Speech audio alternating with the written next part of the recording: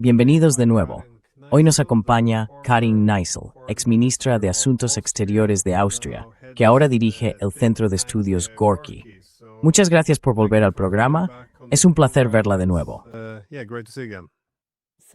Gracias, profesor Diesen, por la invitación. El placer es mutuo. Me alegra mucho volver a verle.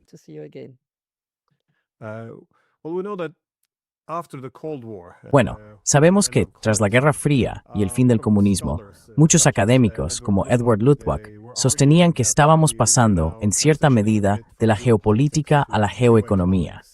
Es decir, que los países competirían cada vez más por el control de los mercados, buscando liderazgo tecnológico, poderío industrial, control de los recursos energéticos, de los corredores físicos de transporte, de los bancos, de los sistemas de pago, de las monedas con las que comerciamos, etc.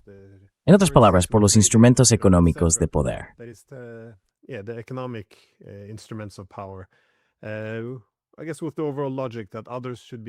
Supongo que con la lógica general de que los demás deberían depender más de ti y tú deberías depender menos de los demás. Así es, en esencia, como extraen poder político. En fin, ahora que vemos el declive de Estados Unidos, estos conflictos económicos adoptan una forma mucho más coercitiva. Y de nuevo no solo con los aranceles. También vemos ahora que la guerra contra Irán, contra Rusia, contra Venezuela, parece tener un componente económico muy fuerte. Isänmente itsetsim for words hiko.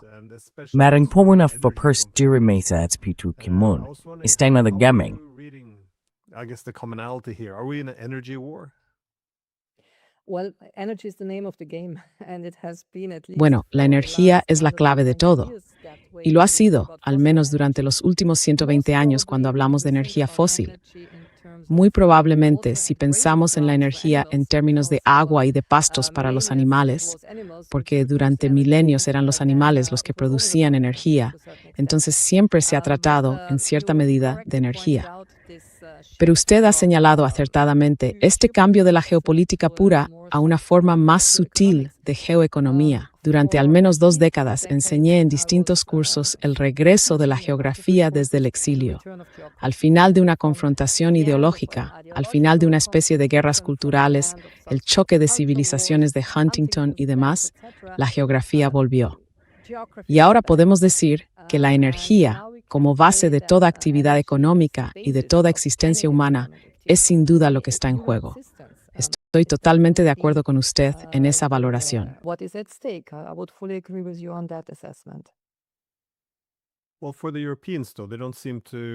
Bueno, en el caso de los europeos, no parece que valoren el papel central de la energía, lo cual es irónico, porque la revolución industrial comenzó en Europa. La energía ha impulsado todas las distintas revoluciones industriales y ha sido una fuente de poder económico y también militar, al menos de poder económico.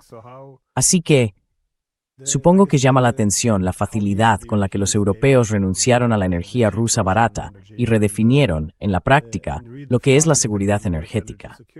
Antes, cualquier académico en Europa habría dicho que la seguridad energética significaba un suministro de energía barato y fiable. Ahora, la seguridad energética significa desvincularse de Rusia, aunque eso te haga más dependiente de una energía menos fiable y más cara procedente de Estados Unidos. Pero ¿le sorprende que los europeos se hayan desconectado esencialmente de la energía de esta manera? Quiero decir, tanisiru unigis fuentin electricidad rempiu arwards des entwal.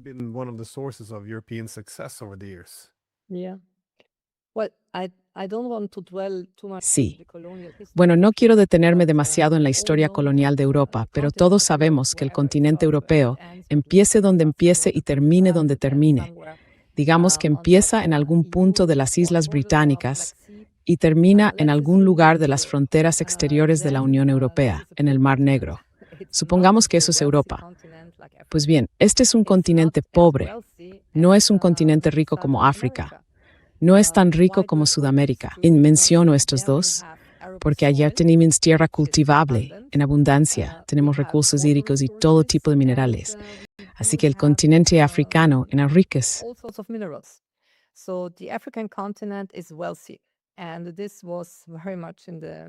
Y esto estaba muy presente en la mente de las potencias coloniales europeas. En un momento dado del siglo XIX, todo el mundo quería ir a África. Alemania llegó tarde entre las potencias coloniales. Apenas logró hacerse con un poco justo antes de la Primera Guerra Mundial. Pero todo esto se debe al hecho de que Europa es un continente pobre. Europa tuvo que exportar su población excedente, especialmente, si se me permite decirlo, a sus jóvenes airados que tenían que encontrar algún tipo de ocupación. En cierto momento de la historia fueron las cruzadas para sacar de la granja a los segundos y terceros hijos, ya que se entregaba al primogénito.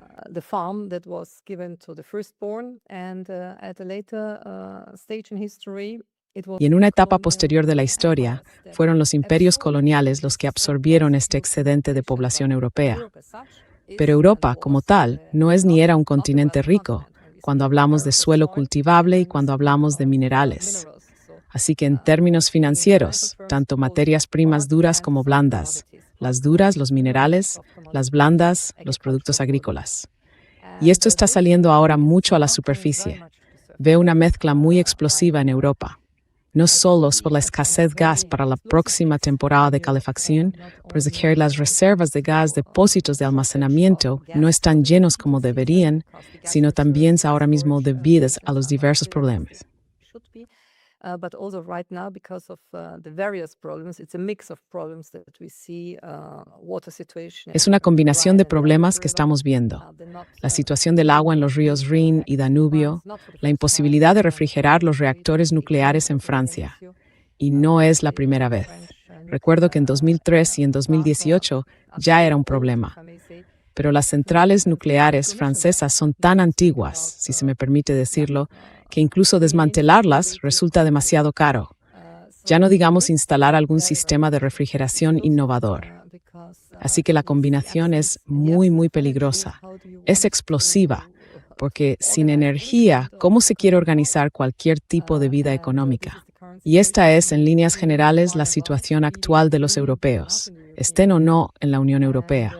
Y en contraste con Europa, si se me permite volver al continente africano, allí vemos una carrera por las tierras cultivables. Lleva produciéndose desde hace 20 o 30 años.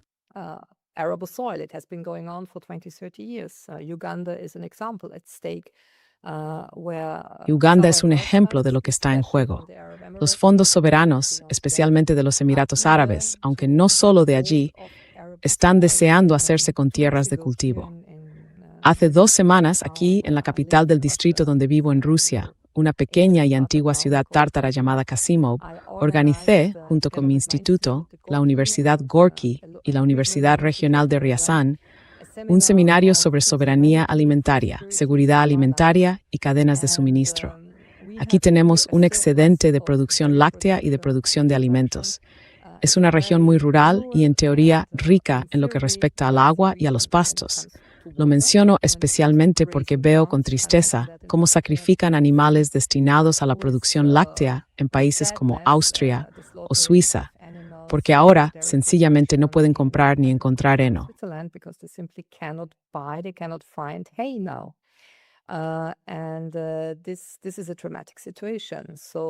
Y esta es una situación traumática.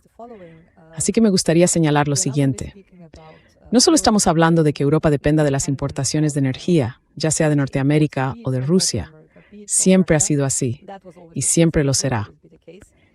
También se trata de cómo puede la Unión Europea, que recordémoslo, a finales de los años 40, giraba por completo en torno a los alimentos, porque después tuvimos los excedentes de los años 70 y 80.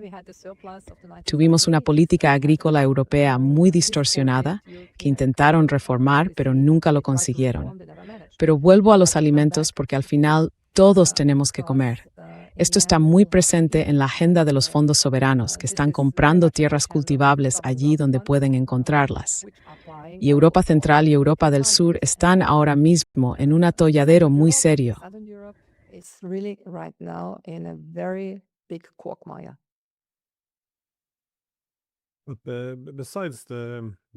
Pero además de la energía, también vemos otra competición económica, supongo que histórica, en torno a estos corredores físicos de transporte. Una vez más, gran parte de la geopolítica ha girado en torno a esto a lo largo de los años. Controlar rutas marítimas clave también corredores terrestres, etc. Y vemos que esto también se está desarrollando hasta cierto punto. Es decir, el bloqueo a Venezuela, el estrecho de Hormuz, el intento de incautar barcos rusos en el mar Báltico, los ataques al transporte marítimo en el Mar Negro. En esencia, las rutas marítimas también están prácticamente paralizadas. ¿Lo ve entonces en el mismo contexto que las guerras de la energía? Yeah. What is at stake? And maybe we will Sí, lose it. lo que está en juego, y quizá vayamos a perderlo por completo, es el libre paso. Es un principio de la navegación marítima. Usted viene de un país de tradición marítima. Yo vengo de un país sin salida al mar, pero siempre he tenido un gran interés por la Convención de las Naciones Unidas sobre el Derecho del Mar. También enseñé esta materia durante muchos años. Y la CONVEMAR, que son las siglas de esta convención, se redactó y negoció durante décadas. Realmente llevó mucho tiempo hasta que los negociadores pudieron firmarla. Y después hizo falta, creo, casi otra década más hasta que hubiera suficientes ratificaciones para que entrara en vigor a principios de los años 90. So that it would enter into force sometimes in the early 1990s. Why do I mention the United Nations Convention on the Law of the ¿Por qué menciono la Convención de las Naciones Unidas sobre el Derecho del Mar? El libre paso, el paso inocente, el libre tránsito, las aguas de alta mar, las vías marítimas internacionales y todo lo demás. Lo que se le ocurra, ahí lo tiene. El principio del libre paso es importante. Si me permiten decirlo, es el principio más antiguo del derecho marítimo, del derecho consuetudinario. Antes de la Convención de las Naciones Unidas sobre el Derecho del Mar, teníamos sobre todo derecho consuetudinario. Y lo que hicieron los negociadores fue codificar en gran medida el derecho consuetudinario existente. Y el principio fundamental era el libre paso.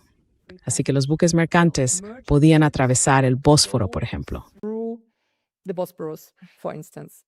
Merchant ships could cross the Gulf of Aden. Los buques mercantes podían cruzar el Golfo de Adén, podían cruzar el Estrecho de Hormuz, el Estrecho de Malaca, podían cruzar el canal entre las Islas Británicas y Francia. Eso era necesario. ¿Por qué? Porque durante siglos, los europeos, sobre todo, habían estado luchando entre sí con todo tipo de piratería. No había seguridad para la navegación mercante. Había piratas. Estaban asentados en algún lugar de las costas de lo que hoy son los Países Bajos. Estaban asentados en algún lugar del sur de Italia. Pero también existía un enorme negocio de la piratería, dirigido por distintas dinastías europeas. Run by different European dynasties also. And at a certain point in time, Y en cierto momento, los europeos llegaron a la conclusión de que había que establecer el libre paso para los buques mercantes. De lo contrario, todos nos ahogaríamos en nuestros recurrentes actos de piratería y no habría comercio mundial. Así que el comercio mundial solo fue posible con el reconocimiento de este principio de libertad de navegación, de paso inocente. Ahora mismo, lo que vemos es el desmantelamiento de ese principio. Las negociaciones sobre el Estrecho de Hormuz, y todo gira en torno al Estrecho de Hormuz y al enfrentamiento entre Estados Unidos y Teherán, ya no tienen que ver, desde luego, con el programa de enriquecimiento de uranio. Según las últimas informaciones, Omán e Irán están cerca de llegar a un resultado. Irán quiere una tasa de entre el 5 y el 7% por cargamento y del cargamento que va al Estrecho de Hormuz saudí. and of the cargo that goes through the Strait of Hormuz, Oman wants 3%. The Sultanate of Oman was not. Omán quiere un 3%. El Sultanato de Omán no estaba muy satisfecho de entrar en estas negociaciones sobre tasas, porque el Sultanato de Omán, al ser un país con una diplomacia de primer nivel y un Estado con una enorme y antigua tradición marítima, lo único que quiere realmente es libertad de navegación y paso inocente. Y ahora existe este acuerdo bilateral que acabaría poniendo el Estrecho de Hormuz bajo control bilateral, con una tasa. Esta tasa no existía antes del 28 de febrero. Así que vemos a escala global un desmantelamiento de un principio fundamental del derecho internacional marítimo. Para mí esto es bastante significativo, aunque de nuevo yo vengo de un país sin salida al mar. For me, it's quite something. Even though, again, I come from a landlocked country, I'm not as alert to that. No estoy tan al tanto de ese tema, pero siempre fue un tema que me interesó en mis cursos. Ahora bien, lo que veo no es solo una desglobalización que comenzó a mi juicio en 2008 con la entonces crisis financiera. Empezó con un desacoplamiento entre Estados Unidos y China. Eso viene de muy lejos, no empezó en los últimos años. Vemos una regionalización, una fragmentación, como quieran llamarlo.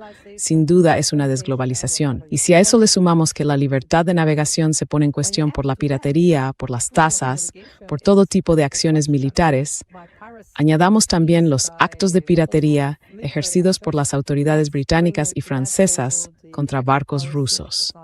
Entonces, podemos despedirnos del comercio mundial.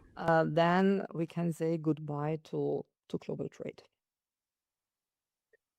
Yeah, well, goodbye to global trade is, Sí, bueno, again, adiós al it's, comercio a mundial. development. De nuevo, esto es un The whole cambio system is dramático. breaking down because Todo el the sistema se argument está that we're desmoronando, supposed to porque la be rivalidad safe geoeconómica on, consiste en teoría en moldear la dependencia a tu favor. dependence in one's Pero lo que favor. estamos What viendo we're seeing ahora now es, is essentially a esencialmente, steady como dices, breakdown la of the quiebra de entire todo el system sistema in del which que everyone todos relies. So dependen. this is, Así que esto va a ser muy malo gonna para be todos. very bad Sin for embargo, everyone. parece que uno de los retos es que históricamente, cuando los británicos dominaban, había una potencia hegemónica económica que dominaba los mares en el siglo XIX o Estados Unidos en el siglo XX.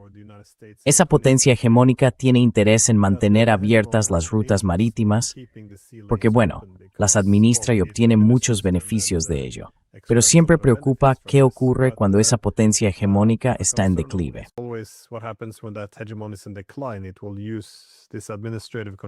Utilizará este control administrativo sobre la economía internacional de forma coercitiva para impedir el ascenso de rivales. Y entonces, por supuesto, todo se viene abajo. Y bueno, esto podría ser un síntoma de nuestra época.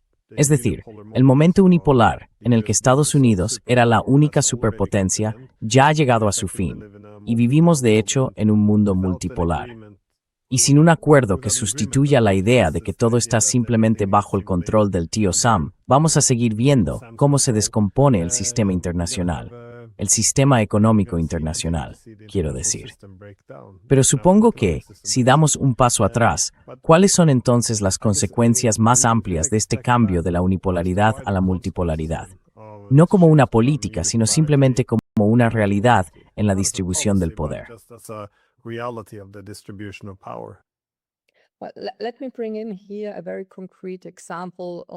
Permítanme poner aquí un ejemplo muy concreto de ayer. Se trata de una alianza de seguridad negociada entre Turquía, el Reino de Arabia Saudí y Pakistán. Interesante. 3 poderosos países musulmanes suníes que colaboran en entidades más amplias, como también la Conferencia de Estados Islámicos. Hasta cierto punto, todos están conectados también a través de los BRICS. Hasta cierto punto, están conectados mediante las organizaciones regionales y otras formas de cooperación. Y es interesante que avancen hacia una alianza militar más estrecha. Así que vemos este tipo de regionalización que es una forma de multipolaridad en muchos niveles.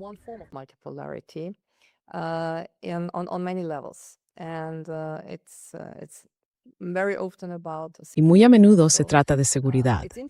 Por eso es interesante que estos 3 países, especialmente Arabia Saudí y Turquía, estuvieran enfrentados hace unos años por el asesinato de este periodista saudí estadounidense, el señor Khashoggi, en el consulado saudí de Estambul. Estaban realmente enfrentados por varios motivos. Turquía como firme defensora de los hermanos musulmanes, mientras que Arabia Saudí consideraba a los hermanos musulmanes una organización terrorista. Y ahora existe este tipo de cooperación, que es una forma de multipolaridad con reacción al deterioro de las garantías más amplias que existían.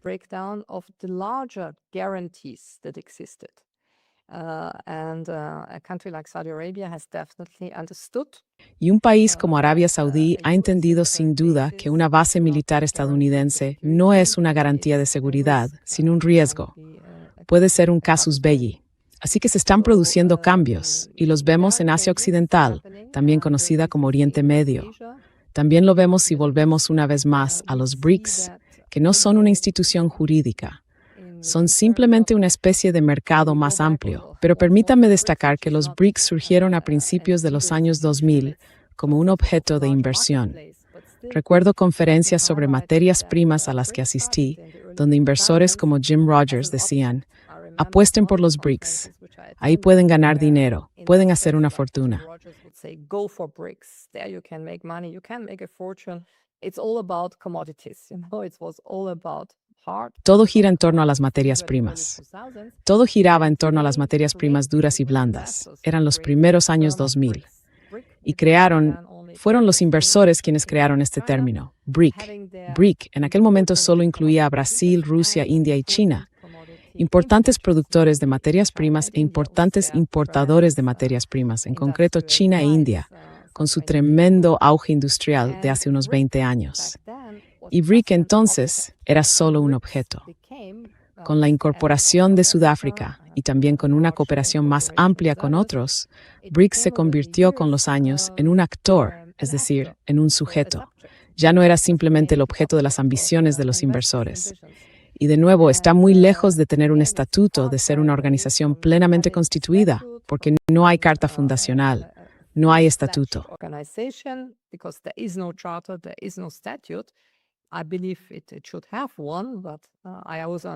Creo que debería tener una, pero también entiendo las razones por las que ciertos países se abstienen de redactarla y adoptarla. Pero este es sin duda el mayor ejemplo en el que se identifican nuevos ámbitos. Aún así, no tenemos algo como una secretaría de los BRIC, no tenemos un secretario general de los BRIC, pero hay mucha cooperación de todo tipo, incluso en el ámbito académico y deportivo. Están tratando de encontrar sus monedas de reserva alternativas. Creo que esto no funcionará como algunos están escribiendo. Pero es interesante porque hay otros ámbitos donde ponerlo a prueba. Y no sé si lo mencioné en nuestra última conversación, pero permítame citarlo aquí una vez más, porque resume muy bien la mentalidad estrecha de muchas personas en las capitales de la Unión Europea.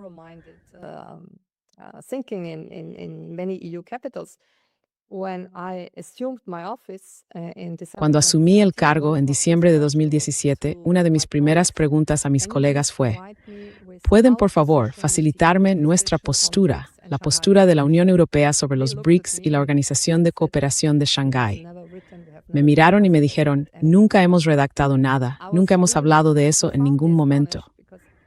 Me quedé realmente profundamente asombrado, porque yo mismo, en los años anteriores, había impartido clases sobre ese tema al menos una vez por semana. Y entonces tuve que comprender que los profesionales, quienes trabajan para la Comisión Europea en cuestiones de vecindad asiática y no sé qué más, no tenían ni un solo documento de posición. Y esto no es más que un reflejo de, yo lo llamo el estanque de ranas en el que están sentados, sin entender que fuera hay lagos, hay ríos e incluso hay un océano.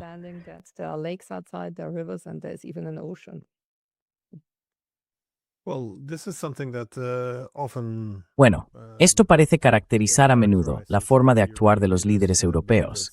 Es decir, para aferrarse al momento unipolar, fingen que no existe la multipolaridad. Y ya sabe, durante todos estos años hemos visto, por ejemplo, que la OTAN no ha querido tener ninguna relación con la OT, liderada por Rusia. No habrá cooperación alguna entre la UE y la OTAN, por un lado, y los BRICS, la Organización de Cooperación de Shanghái o cualquier otra organización, por otro, que pueda señalar un cambio hacia la multipolaridad. Pero el problema es que al aferrarse a lo unipolar e ignorar las nuevas realidades que están surgiendo, especialmente los europeos, no están logrando adaptarse a esta nueva distribución del poder de una manera que fortalezca a Europa. Simplemente no parece estar funcionando en absoluto con los BRICS. Es difícil explicar por qué esto estaría en interés de la UE, si de nuevo, el único interés es ignorar a los BRICS y fingir que no existen. En otras palabras, intentar socavarlos. Pero ve usted ahí un problema, esa incapacidad de, supongo, adaptarse a un mundo multipolar.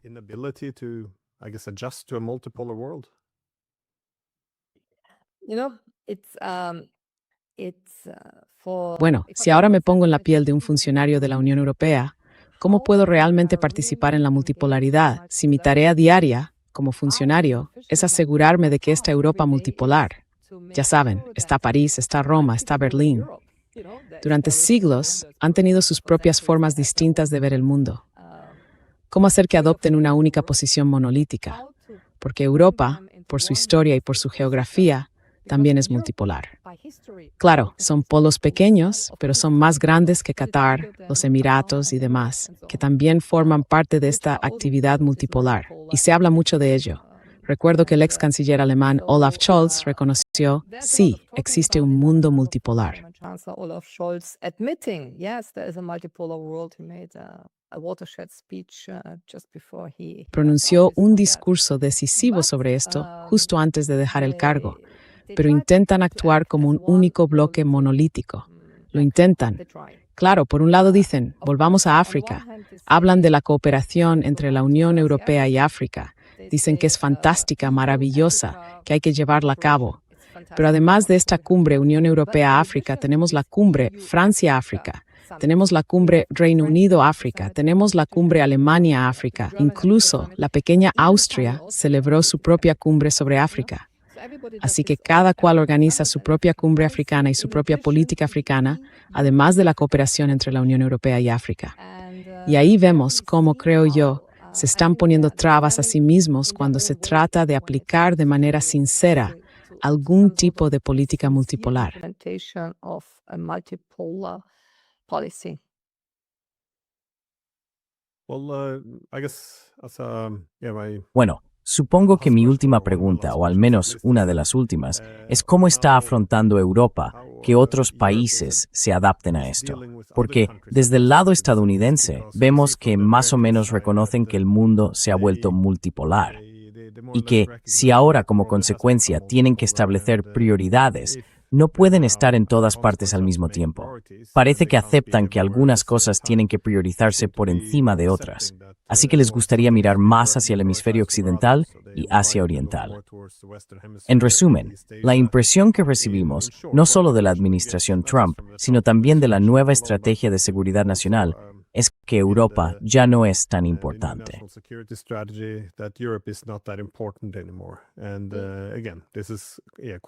Y de nuevo, esto ya resulta bastante evidente. Pero también se ve en Rusia que ya no se trata solo de que la guerra en Ucrania esté forzando una separación de los europeos a causa de las sanciones. Más allá de eso, los rusos en general ven que gran parte del crecimiento económico está llegando desde Oriente y se sienten más cómodos allí. Consideran que esas economías son más dinámicas, así que incluso los rusos harían un giro económico hacia Oriente, independientemente de lo que ocurriera en Ucrania. Así que supongo que gran parte de esto se impulsa bajo, ya sabe, la gran asociación euroasiática que promueven los rusos. Entonces, ¿qué significa esto para los europeos? ¿Cuál es ahora el papel de Europa en este mundo multipolar? Museo. Museo, sí. A museum. Factories are turning into museums. Las fábricas se están convirtiendo en museos. Incluso ya no hace falta comprar Louis Vuitton o determinados productos de Chanel en París. Ahora hay marcas de cosméticos de primera categoría en países asiáticos, más populares entre los clientes. Pero están los museos, son bonitos. Y visité hace tiempo la Casa de la Industria en Chemnitz. Y solo allí entendí que Chemnitz, que durante un tiempo se llamó Karl Marx Stadt, cuando formaba parte de la República Democrática Alemana, fue, antes de 1945, la ciudad industrial más importante de toda Europa. Eso es mucho decir. Hoy es un museo, un bonito museo. Lo mismo ocurre con Fiat, con el Museo Fiat de Turín, en el norte de Italia. Holds true for Fiat, the Fiat Museum in Torino, northern Italy. Torino, Fiat, Turín Fiat, Fiat Fábrica Italiana Automobili, Turín. Eso es algo que no sabía hasta que visité ese museo. Antes de la Primera Guerra Mundial, era la fábrica de automóviles más innovadora y más grande del mundo. Así que vemos el declive de Fiat, que ya hace algún tiempo se fusionó con Chrysler. Vemos lo que le ocurrió a Chemnitz. Vemos muchas otras cosas. La historia es larga. Quiero decir, hace unos años hubo un esfuerzo por volver a lo de hecho en Inglaterra, hecho en Alemania, fabricado en Francia. Pero después ellos mismos, con una serie de sanciones, y no se trata solo de sancionar a Rusia, y me abstengo de hablar de energía barata, era energía asequible. No era tan barata, pero era asequible. Y era predecible porque había contratos a largo plazo.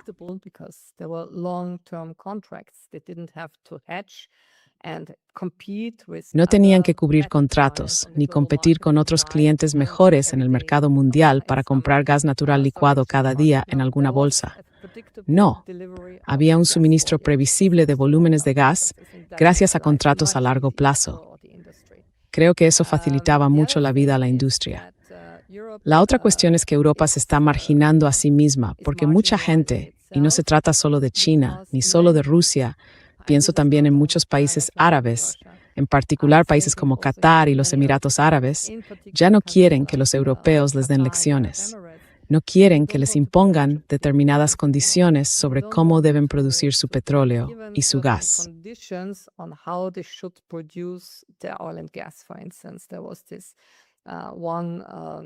Por ejemplo, había un requisito de la Unión Europea sobre, creo que tenía, ahora no recuerdo el nombre técnico exacto, pero se trataba de demostrar en la cadena de suministro del producto que todo estaba en orden, ya sabe, en cuanto al cambio climático, la normativa laboral, etc. Qatar y los Emiratos dijeron, lo sentimos, no vamos a entregarles un cargamento de gas natural licuado porque no podemos cumplir sus requisitos respecto a esa exigencia de la Unión Europea. Así que, como ve, se están excluyendo ellos mismos, porque la gente prefiere no hacer negocios con Europa. Dicen, podemos vender nuestro gas natural licuado a otro socio que no nos ponga tantas trabas en el camino.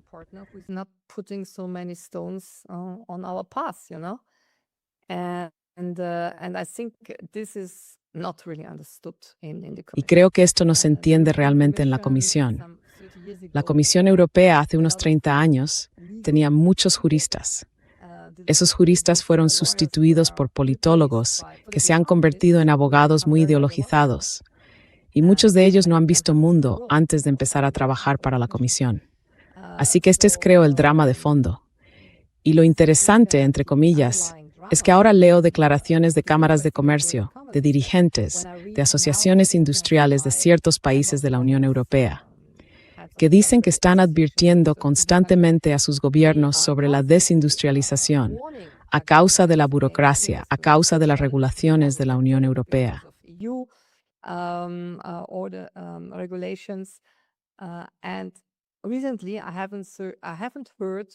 Y últimamente ya no he oído eso de es culpa de Rusia. Han dejado de hablar de la inflación de Putin. Han dejado de referirse a la, y cito, agresión rusa no provocada contra Ucrania, etc. Simplemente cuando escuchas a algunos de estos dirigentes de asociaciones industriales, mencionan la burocracia, la falta de mano de obra cualificada, la falta de inversión, la inseguridad geopolítica en general. Sí, esos son los problemas. ¿Por qué? Porque se está produciendo un grado muy alto de desindustrialización. Así que una Europa desindustrializada, algo que ya venía ocurriendo desde hace algunas décadas, se convertirá en una serie de museos.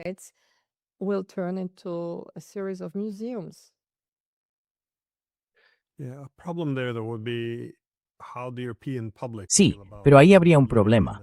¿Cómo se sentiría la población europea viviendo en un museo? Porque de nuevo, si recuerdas principios de los años 2000, había muchísimo optimismo en Europa sobre su futuro. Recuerdo haber leído artículos, incluso libros sobre el tema, que decían que este siglo pertenecería en esencia a los europeos, porque todo parecía ir bastante bien. Intentaban definir qué hacía a Europa tan singular. Se hablaba de poder normativo, de poder civil, de poder moral, de poder regulador, distintas definiciones. Pero al menos todos coincidían en que la Unión Europea estaba destinada a la grandeza, gracias a la unidad, al fin de la guerra y a la cooperación. Una Europa unida sería el pilar central del mundo, junto con Estados Unidos, formando ese hegemón colectivo. Pero, de nuevo, ha sido un periodo de tiempo relativamente corto.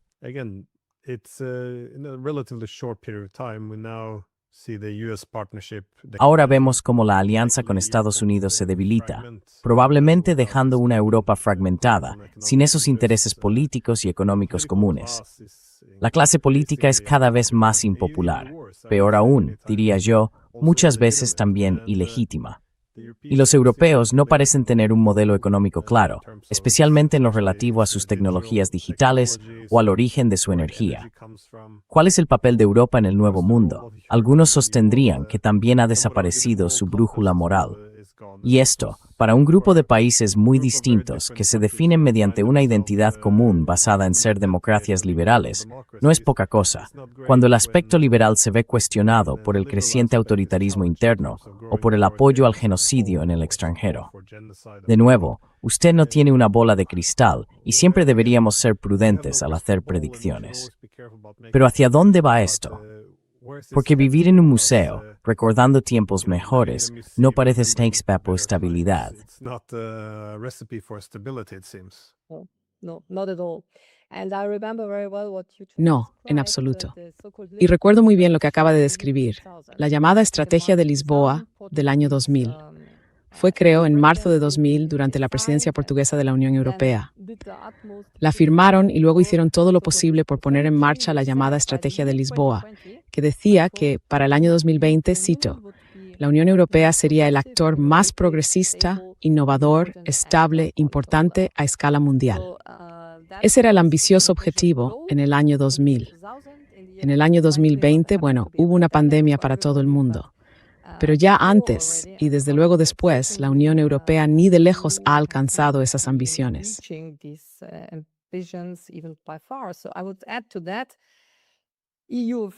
Así que añadiría algo a eso. Los responsables de la Unión Europea no pueden cumplir la promesa hecha a las generaciones más jóvenes que esperan tener trabajo, infraestructuras de alta calidad, atención médica, etc. Todo eso está en declive. Y con todo esto, no me centraría ahora únicamente en el ámbito político.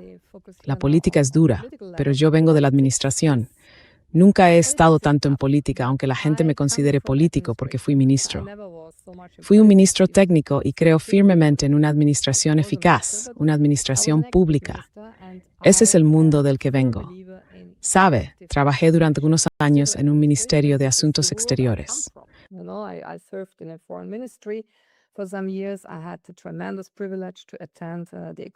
Tuve el enorme privilegio de asistir a la Escuela Nacional de Administración de Francia, que el señor Macron suprimió.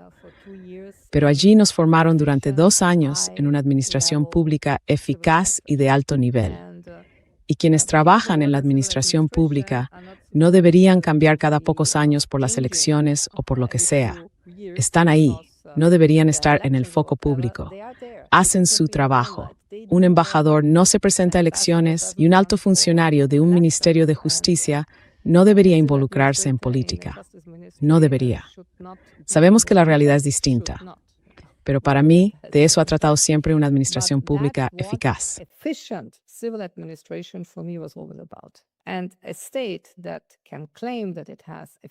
Y un Estado que pueda afirmar que tiene una burocracia eficiente.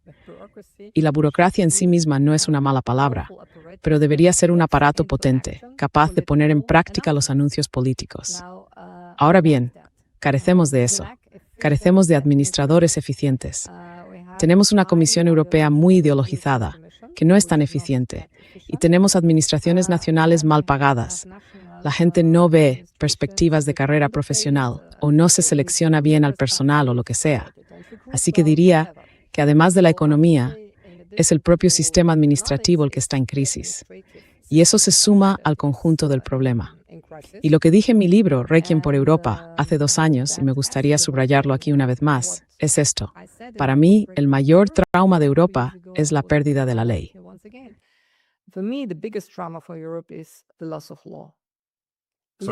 Pérdida de ley, sí. Sí, la pérdida de la ley, la pérdida del Estado de Derecho. Y las listas han sustituido a las leyes. Son listas. Son todas estas cuestiones de cumplimiento normativo. Cuando se miran las sanciones y demás, la gente no tiene ni idea de cuál es la situación jurídica actual en la que puede operar como empresa, como banco o lo que sea, porque la mayoría de estas cosas no se publican. Simplemente están en algún cajón, en el área de cumplimiento normativo. Cuando te cierran la cuenta bancaria, el banco te dice, no podemos decirle por qué. Así que solo te enteras por ahí. Y actualmente, en mi caso, no quiero sacar asuntos personales, pero para usted y sus espectadores se ha iniciado el procedimiento para retirarme la ciudadanía. Solo tengo una ciudadanía. Me convertiría en apátrida.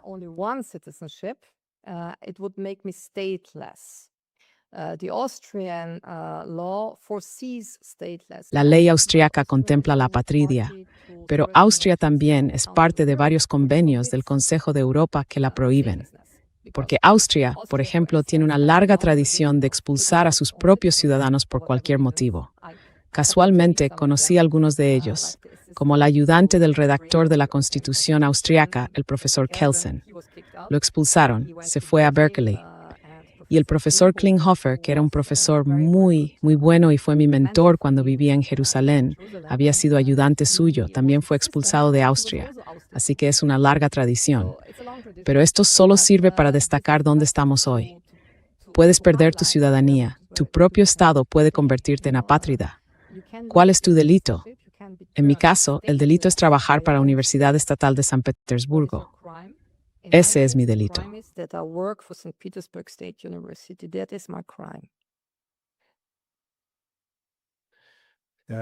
No, I remember, was it back in Recuerdo que fue en 2018.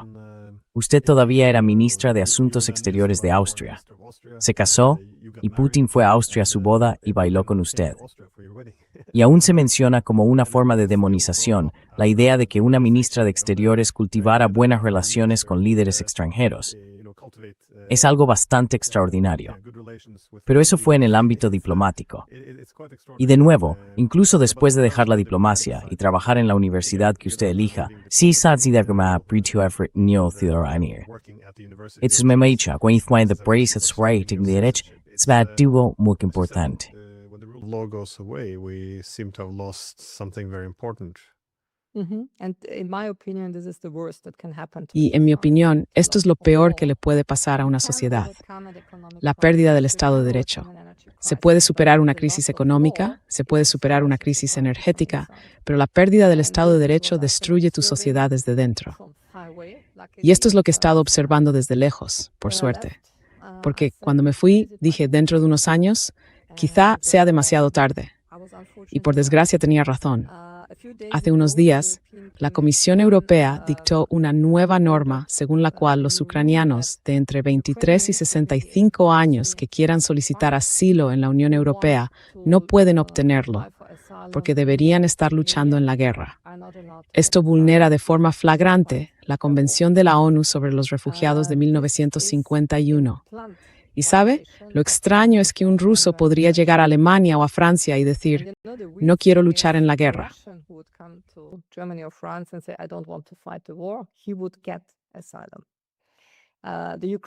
Él obtendría asilo. El ucraniano no obtendría asilo porque debería luchar. Esto es lo que Zelensky les dice a todos sus socios de la UN. Devolvedme a todos los hombres que llegaron a vuestros países. Hay 3,4 millones de ucranianos viviendo en la UN. No todos son hombres de entre 25 años, el grupo más numeroso. Y aquí vemos a la maravillosa Unión Europea, ya saben, el Olimpo de los derechos humanos y del Estado de Derecho, vulnerando en cierto modo la Convención de la ONU sobre los refugiados. Yo siempre he sido crítico con la inmigración ilegal masiva de migrantes económicos. Todos buscaban una vida mejor. Es legítimo, pero buscar mejores condiciones no está contemplado por la Convención de la ONU sobre los refugiados.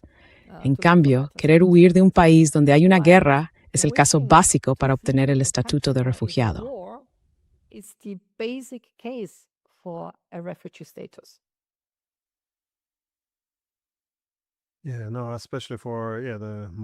Sí, no, especialmente para la superpotencia moral.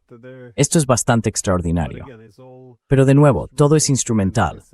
Zelensky dice que necesitamos más efectivos. Tenemos que luchar contra Rusia. Los europeos los tienen. Quiero decir, si no tienen armas, pueden enviar a refugiados ucranianos, deportándolos. Así que, no, es triste ver cómo se derrumba el Estado de Derecho. Y también todo lo que supongo definen como apoyar a Ucrania, porque obviamente apoyan a Zelensky, pero no al pueblo ucraniano real, que no quiere luchar, al menos a los que se fueron a Europa, y también a quienes ahora quieren negociaciones inmediatas, mientras que la UOME ni siquiera quiere hablar con los rusos. Es bastante impactante. talk to En the fin, Russians. ¿tienes alguna reflexión final antes de que terminemos? Anyways, do you have any final thoughts before we finish off? Well, we should not leave our Bueno, no guests deberíamos dejar a nuestros invitados, a los espectadores, en un estado tan dramático. No sé qué tiempo hace donde están ustedes. Gracias a Dios, aquí tenemos un poco de sol suave y el césped está verde, algo que agradezco mucho porque tengo animales. Y de verdad siento mucho lo que están sufriendo los agricultores y los animales, que estos días no tienen heno en muchos países europeos, con la situación tal como está. ¿Con qué podemos cerrar? What can we kind of wrap? Y decir que no es un magnífico foz. Hope a happy note. Yeah, no, that is not a happy note. What Sí, can no, be esa no es una nota more feliz. like a- ¿Cuál podría ser una nota más trying to luminosa, think of una nota something? mejor? I can only Estoy say intentando pensar en please, algo. everybody, Solo puedo use decir, your critical por mind. favor, Don't todo el be mundo, cowards. usad vuestro pensamiento crítico. No seáis cobardes. Ya sabéis, hay muchísimos cobardes. Nosotros dos, si se me permite decirlo. Quiero decir, hay que demostrar entereza cada día, también en vuestra situación. I- Yo he pasado por infiernos, no por uno solo, pero vi a mi alrededor en todos esos capítulos de mi vida a demasiados cobardes. Así es como hemos llegado hasta aquí. Así que solo puedo pedir a la gente que sea un poco menos cobardes y que no piense que las redes sociales son el campo de batalla.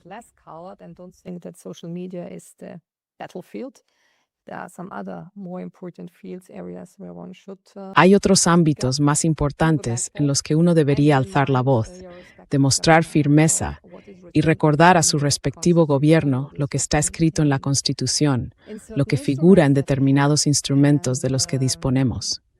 Y cuando se trata de retirar la ciudadanía a un ciudadano, el artículo 9 de la Declaración Universal de Derechos Humanos de la ONU, de 1948, dice que todo ser humano tiene derecho a una nacionalidad.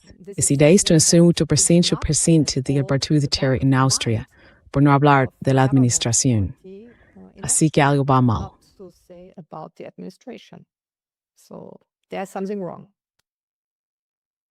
Yeah, I'm not sure what No estoy seguro de cuál será el propósito. Desde luego, será algo muy mezquino eso, seguro.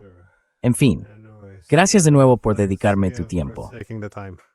You're welcome. De nada, y deseo a todo el mundo que esté tranquilo. And intenten no ser cobardes. To be a coward.